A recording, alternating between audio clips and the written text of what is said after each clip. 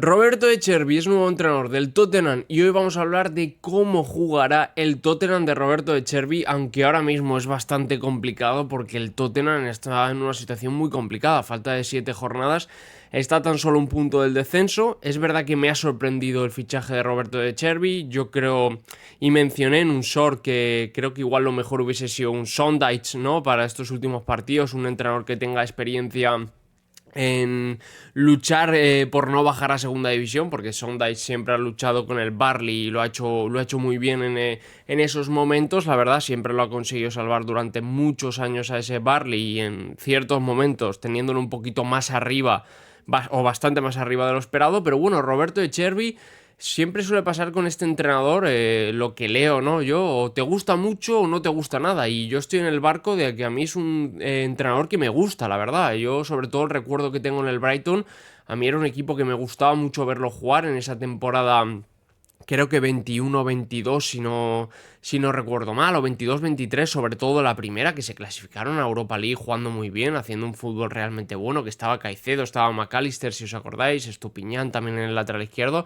Era un equipo muy divertido de ver. En el Olympique de Marsella lo he visto jugar poquito, sobre todo en Champions y tal, y ha habido algún partido que me ha gustado. Y bueno, a mí me gusta, ¿no? A mí me gusta la contratación del Tottenham de Roberto De Zerbi, que haya fichado a Roberto De Zerbi. Creo que es un entrenador que puede sacar mucho rendimiento ya a la plantilla actual con diferentes esquemas de juego. Hoy vamos a hablar de un poquito cómo han jugado sus equipos, la trayectoria que ha tenido, y bueno, ya habéis visto mi opinión que es buena, ¿no? Puede ser arriesgada porque no es un entrenador que haya estado en esta situación en ningún momento de su carrera, por lo menos en el Brighton y en el Olympique de Marsella, porque el Brighton siempre lo tuvo bastante arriba, sobre todo esa primera temporada, pero bueno, a mí me gusta.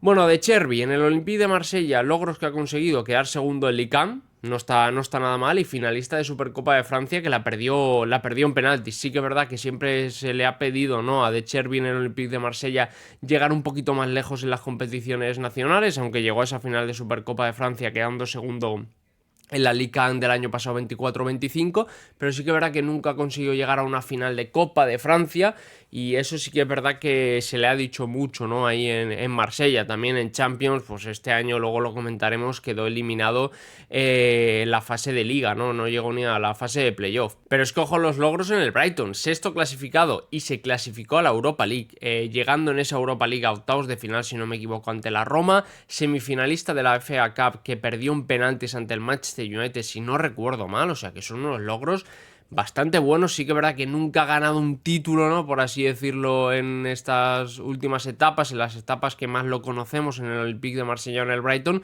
pero a mí siempre me ha dejado buenas sensaciones, y de lo que más os puedo hablar es del Brighton, que a mí, bajo mi punto de vista, hacía un fútbol vistoso, un fútbol que a mí me gusta ver, de posesión, sacando el balón jugado realmente bien, sobre todo bajo presión. Hay algunas jugadas que la podéis ver, ese Brighton de Zerbi, que sacaba el balón jugado espectacular con los centrales.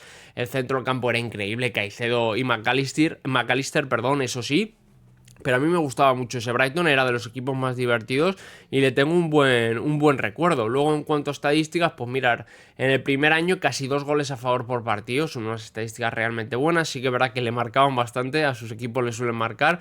1,4 goles en contra, 12 porterías a cero en 38 partidos, que no está nada mal. Y como os he dicho, la posesión, que prácticamente no ha bajado en sus equipos de 60 de posesión. Un entrenador que le gusta que sus equipos tengan la posesión, pero que ataquen mucho, ¿no? Son equipos verticales que atacan, pese a que tienen mucho la posesión, y arriesgan mucho en la salida de balón. Igual ahora mismo en el Tottenham, ahora lo comentaremos, tiene que hacer algunos pequeños cambios, porque los jugadores evidentemente no están con la confianza de salir con el balón jugado desde atrás, con esa confianza que tenía ese Brighton, ¿no?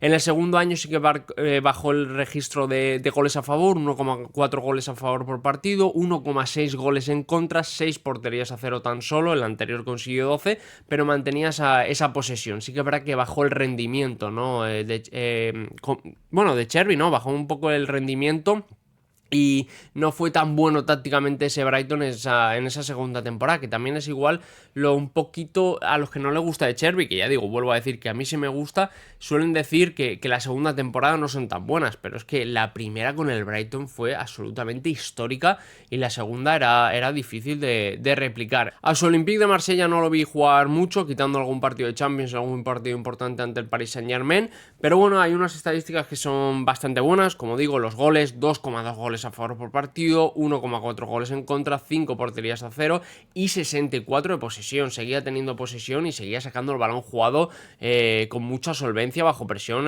con los centrales del Olympique de Marsella, ese con Dobbia en el centro del campo que lo hizo realmente bien en esa primera temporada y luego con jugadores de una calidad en ataque realmente buenos. En el segundo año hasta la jornada 21, que es cuando dejó de ser entrenador del Olympique de Marsella, siguió manteniendo el ritmo de los goles, era un equipo muy goleador, aunque era un equipo que había partidos que le marcaban, mantenía esas 6 porterías a 0, parecía a lo de la temporada pasada y estaba cerca del 60% de posesión.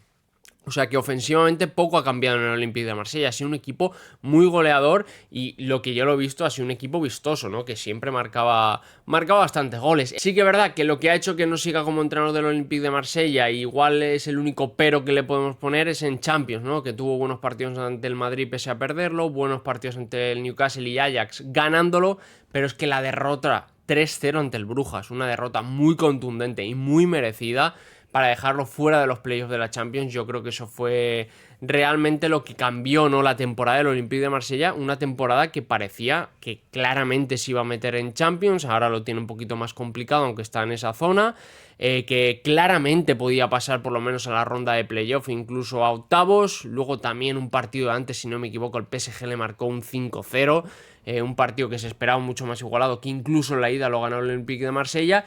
Y ese es el único pero que yo creo que le podemos poner a Roberto de Chervi en el Olympique de Marsella. Esos partidos de Champions importantes que los perdió claramente y en el momento importante de la temporada de la Liga no mantuvo el nivel, ¿no?, para conseguir luchar por la Liga, que también eso es bastante complicado. Pero ya digo que yo me quedo con lo positivo de Roberto de Chervi, lo que hizo en el Brighton, clasificando a la Europa League, la primera temporada en el Olympique de Marsella quedando segundo en la Liga es espectacular y a mí me parece un acierto del Tottenham. ¿Cómo puede jugar el Tottenham? Pues es bastante complicado, ¿no? Porque ahora el Tottenham lo que tiene que conseguir son las porterías a 0, que no hemos visto mucho en los equipos de Roberto de Chervi que hayan tenido porterías a 0. Yo, con los jugadores que tiene ahora mismo disponibles, yo jugaría así, con este 4-2-3-1. Vicario en portería, lateral derecho Pedro Porro, lateral izquierdo Jet Spence, que a mí me está gustando mucho más que Udogie esta temporada, aunque suelo jugar de lateral derecho, yo lo pondría ahí de lateral izquierdo. Van den Ven y Cuti Romero, evidentemente, de centrales, son los dos mejores centrales del Tottenham.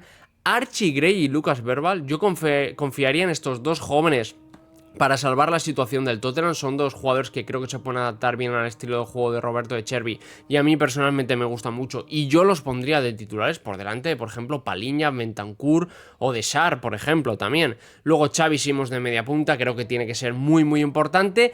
Como los extremos, la mayoría están lesionados, yo pondría a Matis Tel, que lo está haciendo bastante bien jugando de extremo, y a Kolu Muani de extremo derecho, que alguna vez ha jugado, pero lo pondría más que nada en esa posición, porque es un delantero que al final tiene gol, que en estos momentos puede ser importante para el Tottenham, ya lo hemos visto en los últimos partidos, y creo que de extremo, a campo abierto, con espacio, creo que es un jugador que en esa banda podría hacerlo bien. Es que evidentemente pondría a otros jugadores, pero es que si no me equivoco, Odober, Kudus sigue lesionados, Kulusevski no sé cuándo se va a recuperar, entonces tampoco tiene muchas más opciones ahí el Tottenham. Yo partiría por los jugadores que están en mejor momento, y Matis Tel ha jugado mucho en esa posición y Kolu Muani ha jugado alguna vez. Y de delantero centro, pese a estar Solanke, yo pondría a Richarlison, me gusta más y creo que en estos momentos puede ser muy importante Richarlison.